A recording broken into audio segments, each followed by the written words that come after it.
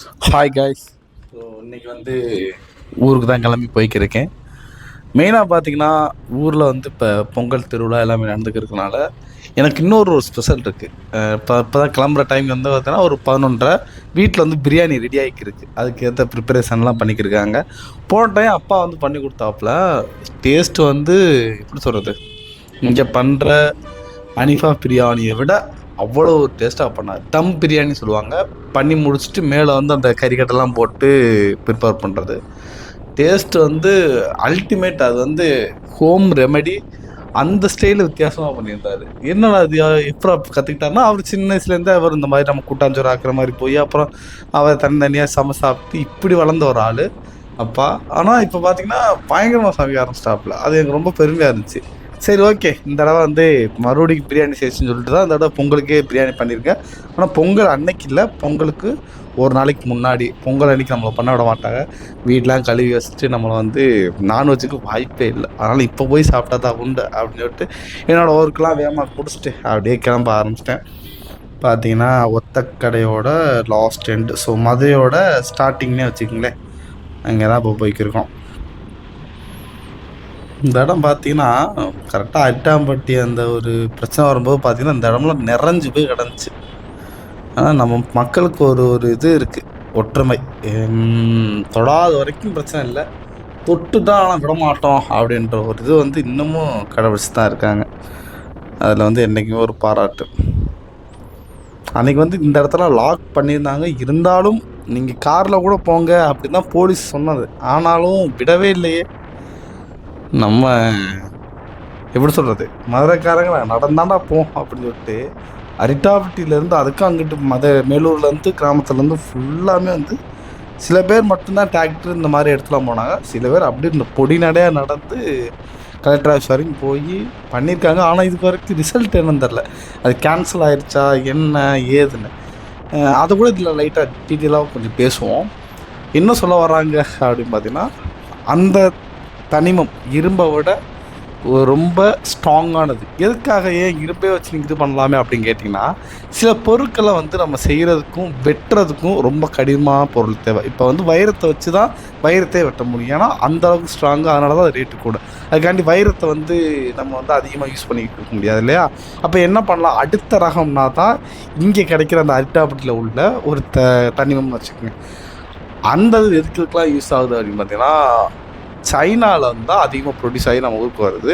நம்ம அது எதுக்காண்டி யூஸ் பண்ணுறோம் அப்படின்னு பார்த்தீங்கன்னா, மெயினாக நம்ம ராக்கெட் அனுப்புகிறதா இருந்தாலும் சரி, இந்த மாதிரி கூர்மையாக அந்த முனையில் பார்த்திங்கன்னா ரொம்ப ஷார்ப்பான ஒரு பொருள் இருந்தால் தான் இந்த காற்றை கிழிச்சிக்கிட்டு இந்த கிராவிட்டிக்கு அகெயின்ஸ்டாக புஷ் பண்ணுறதுக்கு அந்த மெட்டீரியல் தான். ஏன் இதுக்கு இரும்பையே யூஸ் பண்ணியிருக்கலாமே, அதுவும் கடினமானது. ஆனால் இதில் என்ன ஒரு ஹைலைட்னால், எவ்வளோ ஹீட்டு இருந்தாலும் தாங்கக்கூடிய தன்மை உள்ளது இந்த இதுக்கு. இப்போ இரும்பு ஒரு 1000 டிகிரி செல்சியஸ் அப்படின்னா ஆட்டோமேட்டிக்காக அது உருக ஆரம்பிச்சிடும், சரிங்களா? அதே மாதிரி தான் இது அதை விட தாங்கக்கூடிய வெப்பத்தால் இது பண்ணாலும் கூட அவ்வளோ சீக்கிரத்தில் உருகிறார். அதனால தான் இந்த பொருளை எடுக்கிறாங்க. அப்படி பண்ணால் என்ன பிரச்சனை அப்படின்னா, கண்டிப்பாக அந்த ஊரில் உள்ள நம்மளோட பாரம்பரியம்னு சொல்லலாம். மெயினாக பார்த்தீங்கன்னா, நான் இங்கே அரிட்டாம்பட்டியில் ஒரு வீடியோவே போட்டிருக்கேன். போய் வேறு ஒன்றும் இல்லை, இங்கே தான் அரிட்டாம்பட்டியில் 2-3 வீடியோ போட்டேங்க. ஒன்று மலை மேலே ஏறி ஒன்று போட்டேன், இன்னொன்று பார்த்தீங்கன்னா குடவர கோயில். அப்படி ஒரு கோயில் இருக்குன்னு எனக்கு தெரில.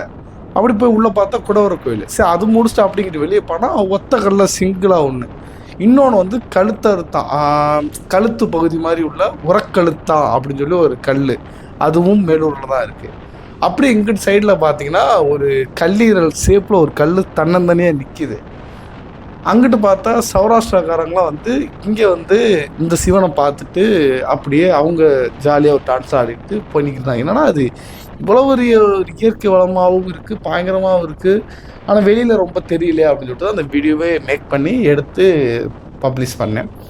அதுக்கப்புறம் அரிட்டாப்டில் இப்படி ஒரு பிரச்சனை வருது அப்படின்னு தெரியும், ரொம்ப ஒரு இதாகவே இருந்துச்சு. அதனால் அது நம்ம போய் அங்கே தான் தெரிஞ்சோம். இப்போ பார்த்தா அந்த இடத்த இது பண்ண போகிறாங்களே அப்படின்ற மாதிரி. சரி, அப்படியே விட்டுட்டேன், அது ஃப்ரீயாக விட்டேன். அன்றைக்கி அந்த போராட்டம் நடக்கும்போது நான் அந்த இடத்துல நின்றுட்டு இருந்தேன், வீடியோ எடுத்தேன், ஷூட் பண்ணேன். ஆனால் இது போக எப்படி நம்ம தூத்துக்குடியில் இந்த மாதிரி ஒரு பிரச்சனை நடந்து இறந்து போனாங்களோ, அது மாதிரி வந்துருமோன்னு ஒரு பதட்டமும் ஒன்று இருக்குது.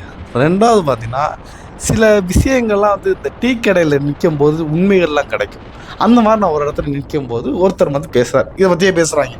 என்ன பேசுகிறாங்கன்னா, ஒரு ஆள் சொல்கிறாப்புல, போகிற போக்க பார்த்தா பண்ணிடுவாங்களோ அப்படின்னு ஒரு குரூப்பு. இன்னொரு குரூப்பு, ஏன்டா மதுரைக்காரங்க சும்மா விடுவாங்க நினைக்கிறியா, வேறு ஒன்றும் இல்லை, 2 கன்னி வெடி மாதிரி, நாட்டு வெடி மாதிரி வச்சு போகிற வழியில் உள்ள பாதையும் பாலத்தையும் உடச்சி விட்டுருவோம், போனது தானே. ரெண்டாவது, அந்த ஊர் மக்களும் அங்கே அந்த இடத்துல போய் படுத்துருவாங்க, மலைப்பகுதியிலே படுத்துட்டு எவனும் எந்திரிக்கவும் மாட்டாங்க. இவ்வளோ மீறி பண்ணுறானா, அப்படி எப்படி பண்ணுவானா, வேறு ஒன்றுமே இல்லை, சுற்றி உள்ள அந்த கான்ட்ராக்ட், உனக்கு வந்து சாப்பாடு இதெல்லாம் உனக்கு கொடுத்துட்றேன், உனக்கு வந்து லாரிக்குரிய பொறுப்புலாம் உனக்கு கான்ட்ராக்ட் கொடுத்துட்றேன், இப்படி ஒவ்வொன்றா கொடுக்க ஆரம்பித்தா சுற்றி இருக்க நம்ம ஆளுகளே அதில் வேலை செஞ்சு அது நடக்கிற மாதிரி பண்ணுறக்கு வாய்ப்பு இருக்குது. அப்போ பார்த்துக்குங்க, ஒன்று சேர்ற மக்கள்லாம் ஓகே, ஆனால் அதுக்குள்ளேயும் ஒரு கருப்பாடு இருக்குன்றத தெரிஞ்சு வச்சுக்கோங்க. நான் இது அரசியல்வாதி தான் இல்லை பிஸ்னஸ் மேன் தான் அப்படின்னு நான் இதை சொல்லவே வரல. ஆனாலும் கருப்பாடு நம்மள இருக்க தான் செஞ்சுட்டே இருக்குது. அதில் ஒரு கருப்பாடு எப்போ வேணால் காசுக்காக மாறுறதுக்கு வாய்ப்பு நிறையா இருக்குன்றத எனக்கு தெரிய வந்துச்சு. ஓ, இது வேறு இருக்கோ, சரி, இந்த மாதிரி கான்ட்ராக்டாக கொடுத்து கூட அவங்களுக்கு கவுக்கலாம், அப்புறம் லாஸ்ட்டில் அந்த அவங்க செய்கிற ப்ராஜெக்ட் வந்து பண்ணி முடிச்சிருவாங்க போல அப்படின்ற மாதிரி அப்படியே ஒரு மாதிரி திகச்சு போய் தான் நின்று அவர் பேச நான் கவனிக்கிறேன். அப்படியே இமேஜினேஷன் ஓடுது, என்னடா அது இவ்வளவும் நடத்தி தான் வந்து மக்களை வந்து இது பண்ணிக்கிருக்காங்க. அப்போ மக்களோட உசுறு வந்து ரொம்ப சீப்பண்ணாக நம்ம நினைக்கிறாங்களோ. 13 பேர் இறந்து போயிட்டாங்க இன்ன வரைக்கும், அதுக்கு இப்போ வரைக்கும் அது மூடிடுச்சு ஓகே. ஆனால் ஏன் அந்த 13 உசுறு போகணும்? அதுக்கு முன்னாடியே அந்த ஆர்டரை கொடுத்துருக்கலாம்ல, அந்த பவர் இருந்துச்சுல்ல. ஆனால் 13 பேர் செத்தாத்தான் நாங்கள் வந்து கொடுப்போம் அப்படின்ற மாதிரி ஒரு தாட்டை கொண்டு வந்துட்டீங்கல்ல. ஆனால் அடுத்த தடவை வந்து மக்கள் உஷாராயிடுவாங்க, வேறு ஒன்றும் இல்லை. ஓட்டு போகிற விஷயத்தில் நீ என்னத்தை தான் நீ காசை கொட்டி கொடுத்தாலும் அவன் ப்ராப்பரான ஆள்கிட்ட கொடுத்து இந்த நாடை பத்திரமா வச்சுக்கா அப்படின்ற மாதிரி அவங்களோட மனநிலை போயிடுது. சரிங்களா? இப்போ கூட ரீசெண்டாக பொங்கல் கூட பார்த்துருப்பிய, என்ன கரெக்டான காசுலாம் கொடுக்கவே இல்லை அப்படின்ற மாதிரி ஓப்பனாகவே பேச ஆரம்பிச்சிட்டாங்க. ஸோ அந்த அளவுக்கு வாங்குகிற அளவுக்கு இவங்க கொடுக்க ஆரம்பிச்சிட்டாங்க, வேறு ஒன்றும் இல்லை. அதனால தான் சொல்ல வரேன், முழுக்க வாங்குறியா எல்லாம் தேவையில்லை, நமக்கான தலைவர் ப்ராப்பராக தேர்ந்தெடுங்க. இன்ன வரைக்கும் நானும் தேடுறேன். சரி, இல்லை விஜய் கரெக்டாக இருப்பாரா, இல்லை சீமான் கரெக்டாக இருப்பாரா, இல்லை ஸ்டாலின் தான் சரியாக இருப்பாரா, இங்கிட்டு நம்மளுடைய எடப்பாடி பன்னீர்செல்வம் இவங்களாம் கரெக்டாக யார் தான் நம்ம போடுறா அப்படின்ற மாதிரி ஒரு குழப்பம் தான் இன்னும் ஓடிக்கிருக்கு. ஆனால் இன்னமும் மதன் கௌரி வந்து வீடியோலாம் போடும் போலாம் தெரிஞ்சு யார் என்னென்ன கொள்கையெல்லாம் வச்சுருக்கா அப்படின்னு. ஆனாலும் இன்னமும் ஒரு டவுட் இருக்குது. ஆனால் ப்ராப்பராக யார்கிட்ட நம்ம தமிழ்நாடை கொடுத்தோம்னா ஓரளவுக்கு செழிப்பாக இருக்குன்னு தேர்ந்தெடுத்து நெக்ஸ்ட் டைம் 2026 வந்து சூஸ் பண்ணணும். அந்த தலைவரை மட்டும் சூஸ் பண்ணுறத விட நம்ம ஊரில் நிற்கிற அந்த கிராமத்து தலைவரையும் சூஸ் பண்ண கரெக்டாக தேர்ந்தெடுத்தால் தான் நம்ம ஊருக்கு தேவையான வசதியெல்லாம் கிடைக்கும். இப்போ எங்கள் ஊரில் எடுத்துக்கிட்டிங்கன்னா ஓரளவுக்கு நான் 10க்கு 8 மார்க் கொடுப்பேன். இருந்ததுக்கும் இப்போ இருந்ததுக்கு நிறையா சேஞ்சஸ் தெரியுது. முதல்லாம் பியூரிஃபை வாட்டர் வாங்கணும்னா 30 ரூபா கொடுத்தா வாங்கணும். இப்போ பார்த்தீங்கன்னா அந்த 2 ரூபாய்க்கு பியூரிஃபை பண்ணி ஓரளவு கொண்டு வர சிஸ்டத்தை பக்கத்துலேயே கொண்டு வந்துட்டாங்க. அது வந்து ரொம்ப ஒரு யூஸ்ஃபுல்லான விஷயந்தான். இந்த மாதிரி நிறைய கண்டென்ட்லாம் ஊருக்குள்ளே கொண்டு வரும், கொஞ்சம் ஊர் பார்க்க நல்லா இருக்கும். ஓகே, வந்தால் குடும்பத்தோடு நம்ம இதில் சிட்டியில் இருக்கிறதோட வில்லேஜ் லைஃபே கொஞ்சம் நல்லா இருக்க மாதிரி தான் இருக்குது, எல்லா வசதியும் கிடைக்கிது.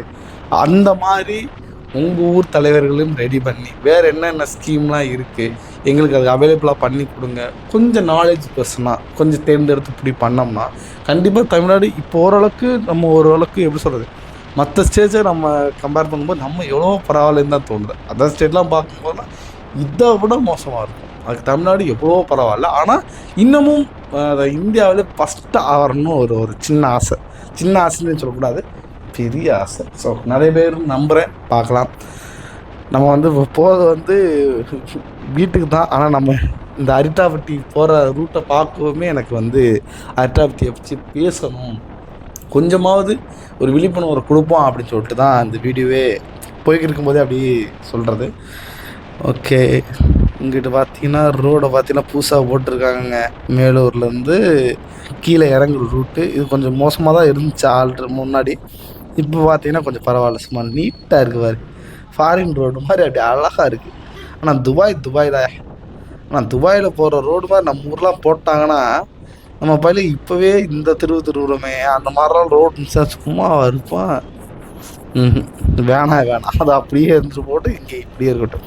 அதுக்கேற்ற ரூல்ஸ் மாதிரி இருந்துச்சுன்னா இங்கே ஓட்டுறாங்க, ஓகே. இங்கே அந்த அளவுக்குலாம் இல்லைங்க. வாய்ப்பே வேண்டாம், நமக்கு இந்த இருக்கிறதே போதுமானது அப்படின்னு சொல்லிட்டு போவோம். சும்மா தட்டு தட்டுன்னு போய்க்கிருக்கேன். ஊர் எப்படா வரும் அந்த ஒரு எக்ஸைட்மெண்ட் தான், பயங்கர எக்ஸைட்மெண்ட்டு. நார்மல்லாம் இல்லை, ரொம்ப ரொம்ப நாள் சிட்டியில் இருந்துட்டு திடீர்னு நம்ம ஊருக்கு போகும்போது அந்த ஒரு சுகம் இருக்குது பார்த்தீங்களா, அது ஒரு தனிங்க. இங்கே ஒரு ப்ரைவேட் ஸ்கூல் இருக்குது, இந்த மாதிரி இருக்குது. இன்னும் கொஞ்சம் நம்ம ஊர் பக்கத்தில் இன்னும் ஒரு ஸ்கூல் வசதி, ஹாஸ்பிட்டல் வசதிலாம் வந்துச்சுன்னா நம்மளும் நம்ம ஊருக்கே போயிடலாம் அப்படின்ற ஒரு ஆசை இருக்குது. ஸோ சீக்கிரமாக நிறையவே நம்புகிறேன். ஸோ பார்ப்போம். இந்த அண்ணே நமக்கு கொஞ்சம் கூட வழி கொடுக்க மாட்டேங்கிறாப்புல, நம்மளும் ஆறு நடிச்சுட்டு தான் இருக்கோம் ரொம்ப நேரமாக. அண்ணே வழியே விடுங்கண்ணே. இங்கே வேறு கொஞ்சம் சைடு வாங்கலாம் பார்த்தா ஃபுல்லாக அங்கிட்டு வந்துடுது. ஒரு ஸ்பீடு பிரேக் வந்தால் தாப்பா நமக்கு வந்து முந்துறதுக்கு ஒரு சான்ஸ் கிடைக்கும். அது மாதிரி வந்துச்சு, ஆனால் முட்டுக்கட்டை போட்டாங்க. அடுத்த ஸ்பீடு பிரேக்காக விட்டுறாரா சாமி. வாங்க வீடியோக்குள்ள போகலாம்.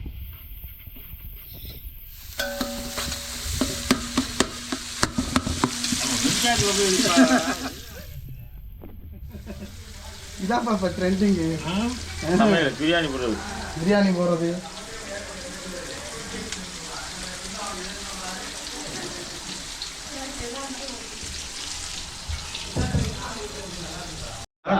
அரைச்சிட்டோம் நல்லா இருக்கும். அரைச்சி லைட்டாக போட்டு இது நைட்டாக பாதாம் பருப்பு தின்னீங்களா? பாதாம் பருப்பு நைட்டு.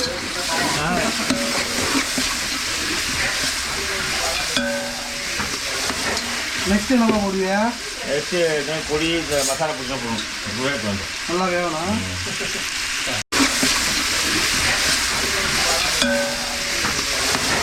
நெக்ஸ்ட் என்ன போடுவியா?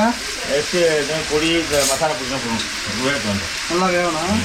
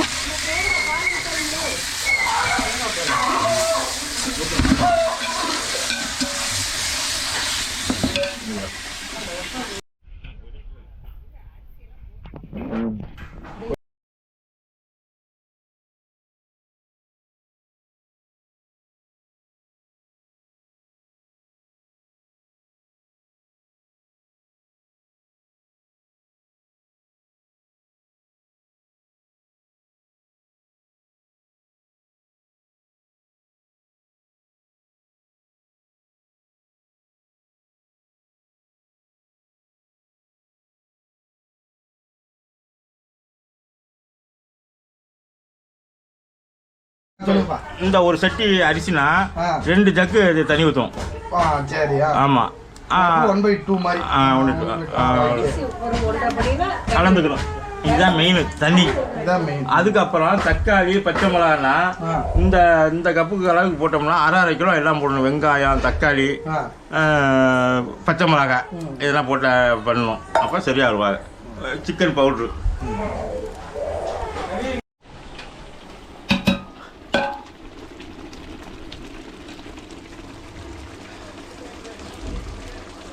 வந்துச்சா இல்லையா?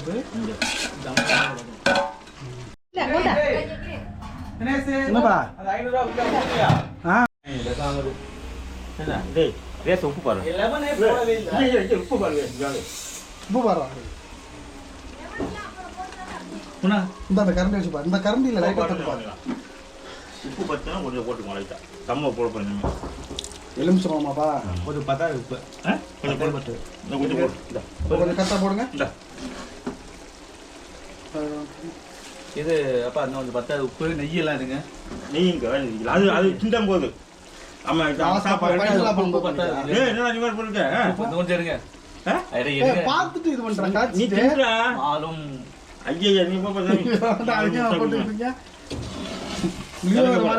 கீழே பிடிக்குது. இறக்க போறேன் அவ்வளவு.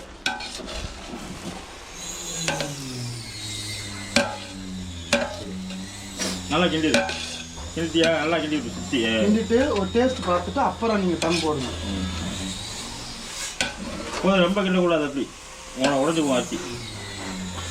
இப்போ டேஸ்ட் பாரு. உப்பு பாரு. உப்பு இருக்கான் பார்த்து.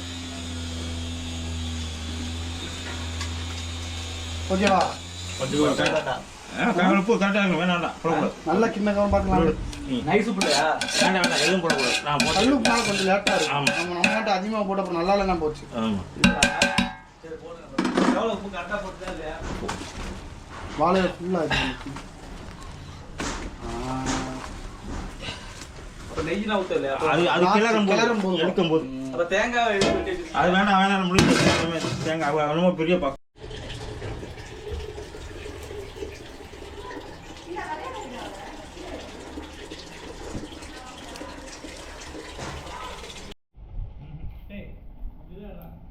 என்னப்பா? இது வேணாப்பா, இது அப்புறம் சாப்பிடலாம்.